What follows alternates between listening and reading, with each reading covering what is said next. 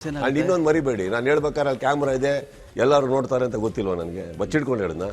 ಈಗ ನಾನು ಎಲ್ಲೋ ಬಚ್ಚಿಟ್ಕೊಂಡು ಹೇಳ್ಬಿಟ್ಟು ಅಲ್ಲಿಂದೆಲ್ಲೋ ಬಾತ್ರೂಮಿಂದ ತೆಗೆದುಬಿಟ್ಟು ರೂಮಿಂದ ತೆಗೆದುಬಿಟ್ಟು ಹಾಕಿದ್ರೆ ಒಪ್ತೀನಿ. ನಾನು ವೇದಿಕೆ ಮೇಲೆ ಹೇಳಿದ್ದೀನಿ, sir I am here for 30 years.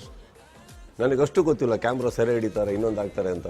ಈಗ ನಾನು ಮಾತಾಡಿದ್ದು ಎಲ್ಲಿ ಅರ್ಥ ಆಯ್ತಾ ನಿಮಗೆ? ಸೌಂಡ್ ಆಗ್ತಾ ಇರೋದು ಎಲ್ಲಿ ನನಗೆ ಗೊತ್ತಾಗ್ತಾ ಇಲ್ಲ. ನಾನು ಮಾತಾಡಿದ್ದೇ ಬೇರೆ, ನಾನು ಅಲ್ಲಿದ್ದೀನಿ. ಆ್ಯಂಡ್ ಇನ್ನೊಂದು ನಾನೇ ಓಪನ್ ಆಗಿ ಹೇಳ್ತಾ ಇದ್ದೀನಿ ಅಂತೇಳಿ, ಯಾರ ಬಗ್ಗೆನೂ ಮಾತಾಡೋದು ತಪ್ಪಾಗುತ್ತೆ ಸರ್. ಅದು ಈಗ ಅವ್ರು ಏನು ಸ್ಟೇಟ್ಮೆಂಟ್ ಕೊಟ್ಟರು ಎಲ್ಲೋ ಒಂದು ಕಡೆ, ಐ ಡೋಂಟ್ ಥಿಂಕ್ ಅದು ನಮ್ಮ ಹೆಸರು ತೊಗೊಂಡ್ರೆ ನಾನು ಹೇಳ್ಬೋಲ್ಲ. ಪಾಪ ಅವ್ರು ಯಾರನ್ನ ತಲೆಯಲ್ಲಿ ಇಟ್ಕೊಂಡು ಹೇಳಿದಾರೋ ಗೊತ್ತಿಲ್ಲ, ನೀವು ಅವ್ರಿಗೆ ಕೇಳಿ, ಯಾರಿಗೆ ಹೇಳಿದ್ದು ಅಂತ ಕೇಳಿ. ಸಪೋಸ್ ನಮ್ಮ ಹೆಸರೇ ಬಾಯಿಂದ ಬಂದರೆ ಉತ್ತರ ಕೊಡ್ತೀನಿ, ಇದ್ರ ಮೇಲೆ ತಪ್ಪಾಗುತ್ತೆ ಸರ್. ನ್ಯೂಟನ್ಸ್ ಥರ್ಡ್ ಲಾ ನೆನಪಾಗ್ಬಿಡ್ತು ಆ ಮಾತುಗಳು ಕೇಳಿದಾಗ. ನನಗೆ ಸೈನ್ಸ್ ಗೊತ್ತಿಲ್ಲ ರಮಕಾಂತ್, ಮುಂದೆ ಹೇಳ್ತೀನಿ. ಇದ್ರ ಮೇಲೆ ಆಕ್ಷನ್ಗೂ ಒಂದು ರಿಯಾಕ್ಷನ್ ರಮಕಾಂತ್, ಫಾರೆನ್ಸಿಕ್ ರಿಪೋರ್ಟ್ ಹೋಗೋದು ಬೇಡ, ಬೈಸೆಕ್ಷನ್ ಅಷ್ಟೊಂದು ಬೇಡ. ಆ್ಯಂಡ್ ಇದು ನನ್ನ ಲೈಫಲ್ಲಿ ಏನೂ ಅಲ್ಲ, ಇದು ಸಿಚುವೇಶನ್ ಅಲ್ಲ. ಓಕೆ, ಇದನ್ನ ನಾವು ಡೈಸೆಕ್ಟ್ ಮಾಡ್ಕೊಂತ ಹೋದ್ರೆ ನನ್ನ ಅಜೆಂಡಾ ಇವತ್ತು ಮಾರ್ಕ ಯಾರ್ದೋ statement. 30 years I am in the industry. I know how to respect people and I know how to love my cinema and I know how to protect my cinema. ಇಲ್ಲಿ ನನ್ನ ಮಾತು ಅದ್ರ ಬಗ್ಗೆ ಇದೆ ಹೊರತು ಇನ್ಯಾವುದ್ರ ಬಗ್ಗೆನೂ ಅಲ್ಲ. ನನ್ನ ಮಾತಲ್ಲಿ ಏನಾದ್ರು ಸ್ಪೆಸಿಫಿಕ್ ಆಗಿ ಯಾರ್ದಾರು ಹೆಸರಿದ್ದು ಇನ್ನೊಂದು ಏನೂ ಇಲ್ಲ ಅಂದಾಗ ನಾನು ಇಲ್ಲಿ ಮಾತಾಡಿದ್ದಕ್ಕೆ ಎಲ್ಲಿಂದನೋ ಗಂಟೆ ಸೌಂಡ್ ಬಂದರೆ ನಾನು ಅಲ್ಲಿ ಕೈ ಮುಗಿಯೋಕ್ಕಾಗಲ್ಲಪ್ಪ, ತಪ್ಪು ತಿಳ್ಕೊಳಕ್ಕೆ ಹೋಗ್ಬೇಡಿ. ಅಲ್ಲಿಂದ ನನ್ನ ಹೆಸರಲ್ಲೇ ಪೂಜೆ ನಡೀತಾ ಇದೆ ಅಂದರೆ ಪ್ರಸಾದ ತಗೊಳಕ್ಕೆ ಬರ್ತೀನಿ ನಾನು. ಎಲ್ಲೋ ಇರುತ್ತೆ, ಏನೋ ಇರುತ್ತೆ, ಯಾರ್ದೋ ಪಾಪ ಯಾರಿಗೆ ಹೇಳಿದವರು ಅವ್ರಿಗೆ ಗೊತ್ತಿಲ್ಲ. ಅಲ್ಲಿ ಕೇಳಿ ನೋಡಿ, ಅದಕ್ಕೂ ನನಗೂ ಸಂಬಂಧನೇ ಇಲ್ಲ. ನಾನೇ ಕೂತ್ರ ಕೊಡಲಿ. ಅವರು ಆಚೆ ಇದ್ದಾಗ ಅವರು ಆ ಟಾಪಿಕ್ಕೇ ಬೇಡ. ಕಾರಣ ಏನಂತಂದರೆ ಅವ್ರ ಫ್ಯಾಮಿಲಿಗೆ ಅವ್ರಿಗೆ ನಡೆಯೋ ನೋವಿಗೆ ಉತ್ತರ ಕೊಡೋಕ್ಕಾಗಲ್ಲ. ನಾನು ಇನ್ನೊಂದು ಹೇಳ್ತೇನೆ, ಅವ್ರು ಯಾರಿಗೆ ಹೇಳಿದ ಅವ್ರಿಗೆ ಕೇಳಿ. ಅವ್ರ ಸ್ಟೇಟ್ಮೆಂಟಿಗೆ ನನಗೆ ಯಾಕೆ ಪನಿಷ್ ಮಾಡ್ತಾ ಇದ್ದೀರಾ ನೀವು? ನಾನೇ ಉತ್ತರ ಸರ್ ಇಲ್ಲ ಸರ್, ಇದ್ರ ಬಗ್ಗೆ ಮಾತಾಡೋದೇ ನನಗೆ ಪನಿಷ್ಮೆಂಟ್. ಕಾರಣ ನಾನು ಇದಕ್ಕೆ ಕೂತಿದ್ದೀನಿ. ನಾನು ಇರೋದು ಇಷ್ಟೊತ್ತು ಹೇಳಿದ್ರೆ ನಿಮಗಂತ ಉತ್ತರ ಸಿಕ್ತು. Unless you want a different answer. Do you want a different answer? Then what are you talking about? ಅವ್ರ ಮನೆ ಅಲ್ಲೇ ಇದೆ, ಹೋಗಿ ಕೇಳಿ, ಯಾರಿಗೆ ಹೇಳಿದ್ದು ಅಂತ ಕೇಳಿ ಅಲ್ಲ. ಖಂಡಿತ ಸರ್, ಅವ್ರು ನಲ್ಪಾಡು ರಾಜಗೌಡರು ಸುದೀಪ್ ಅವರಿಗೆ ಹೇಳಿದ್ದು ಅಂದ್ರೆ ನಾನು ಉತ್ತರ ಕೊಡಬಲ್ಲೆ. ಖಂಡಿತ ಕೇಳಿ.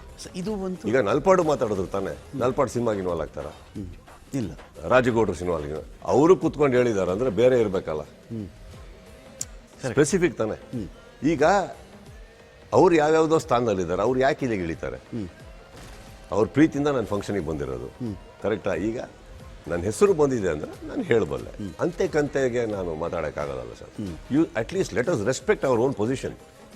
ಕರೆಕ್ಟ್, ನಮ್ಮ ಪೊಸಿಷನ್ನ ನಾವು ರೆಸ್ಪೆಕ್ಟ್ ಮಾಡ್ಕೊಳ್ಳೋಣ, ಅದು ಬೇಕಾಗಲ್ಲ. ಇವಾಗ ನೋಡಿ, ಸಿನಿಮಾ ಬಿಟ್ಟು ಎಷ್ಟೊತ್ತು ಮಾತಾಡ್ತಾ ಇದೀವಿ. ಇದು ನಿಮಗೆ ಕ್ಲಾರಿಟಿ ಇದೆ ನಮ್ಮ ಬಗ್ಗೆನೇ ಅಂತ? Why do you say that? ಇಲ್ಲ ಇಲ್ಲ, ನಮ್ಮ ಬಗ್ಗೆನಂತ ಕ್ಲಾರಿಟಿ ಇದೆ ನಿಮಗೆ? Why are we talking about it? Why are we talking about it? ನನ್ನ ಉತ್ತರಗಳಂತೂ ನಾನು ಕೊಟ್ಟಾಯ್ತು. ಇಂಡಸ್ಟ್ರಿ ಡ್ಯಾಮೇಜ್ ಮಾಡ್ತಿದ್ಯಾ ಇದು? ಎಂಟೈರ್ ಇಂಡಸ್ಟ್ರಿಗೆ ಈ ತರದೊಂದು ಸಿಚುವೇಶನ್. ಒಬ್ಬನ ಹಾಳು ಮಾಡೋಣ, ಒಬ್ಬನ ಕಾಲ ಎಳಿಯೋಣ, ಸರಿ ಮುಗಿಸೋಣ. ಒಂದು ಮಾತು ಸರ್, ನಾನು ಪರದೆ ಮೇಲೆ ಇರೋರು ಸರ್, ಪರದೆ ಮೇಲೆ ಇದ್ದೀನಿ. ನಾನು ಇದಕ್ಕೆಲ್ಲ ರಿಯಾಕ್ಟ್ ಮಾಡೋಕ್ಕಾಗಲ್ಲ. ನಾನು ಸೋಷಿಯಲ್ ಮೀಡಿಯಾದಲ್ಲಿ ಏನು ಗಲಾಟೆಗಳು ನಡೀತಾವೆ ಇದಕ್ಕೆಲ್ಲ ನಾನು ರಿಯಾಕ್ಟ್ ಮಾಡ್ತಾ ಕೂತ್ರೆ ಸಿನಿಮಾ ಮಾಡೋಕ್ಕಾಗಲ್ಲ. I come from a bigger screen, I am there. ನಾವೆಲ್ಲ ಸ್ಕ್ರೀನು ಸರ್. ಥಿಯೇಟ್ರಲ್ಲಿ 5 ಜನ ಇದ್ದರೂ ಅದೇ ಕತೆ ಹೇಳ್ತೀವಿ, 50 ಜನ ಇದ್ದರೂ ಅದೇ ಕತೆ ಹೇಳ್ತೀವಿ, 5,000 ಇದ್ದರೂ ಅದೇ ಕತೆ ಹೇಳ್ತೀವಿ. 5 ಜನ ಇದ್ದರೂ ನಮ್ಮ ಸಿನಿಮಾ ಬಡ್ಜೆಟ್ ಅದೇನೆ, 500 ಇದ್ದರೂ ಅದೇ ಬಡ್ಜೆಟು, 5,000 ಇದ್ದರೂ ಅದೇ ಬಡ್ಜೆಟು.